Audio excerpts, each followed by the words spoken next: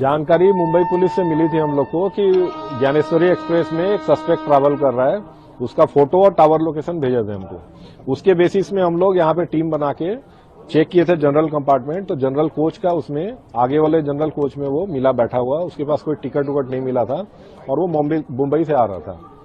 तो उसका फोटो और उसका हम लोग वीडियो कॉल करके उनसे कंफर्म करवाए हैं। तो मुंबई पुलिस वाले बोले हाँ यही है सस्पेक्ट में।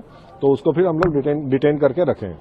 तो सर आगे की पूछताछ मुंबई पुलिस वाले आ रही है टीम रात में। उन लोग फिर आगे की कार्रवाई करेंगे। उसमें जब फोटो भेजा गया था तो क्या चर्चा हो गई थी आप लोगों से? सस्पेक्ट के सस्पेक्ट में है ये भी सैफ अली खान के सैफ हाँ वही उसी मामले में सस्पेक्ट में। तो ये जो पहचान की गई फोटो के आधार पे जो पकड़ाया संदेही सेम है क्या? ये सेम है। तो इसमें लग रहा है कि ये मामला उसी से जुड़ा है, ये आरोपी उसी से? हाँ वही सैफ अली खान मामले से जुड़ा हुआ है। और बाकी डिटेल जो है मुंबई पुलिस अपना जो आगे का इन्वेस्टिगेशन करेगा उसमें फिर ज्यादा। कौन सी ट्रेन में था ये? ज्ञानेश्वरी एक्सप्रेस में 1:30 बजे करीब आती है यहाँ पे। संजीव कुमार सिन्हा मामले में संदिग्ध को तुरंत आरपीएफ ने गिरफ्तार।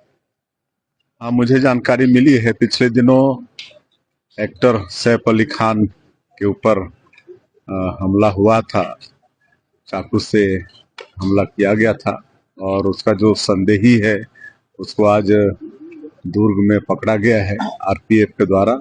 और मुंबई पुलिस को उसको वो आ रही है, उनको सुपुर्द किया जाएगा। मुझे जानकारी मिली है।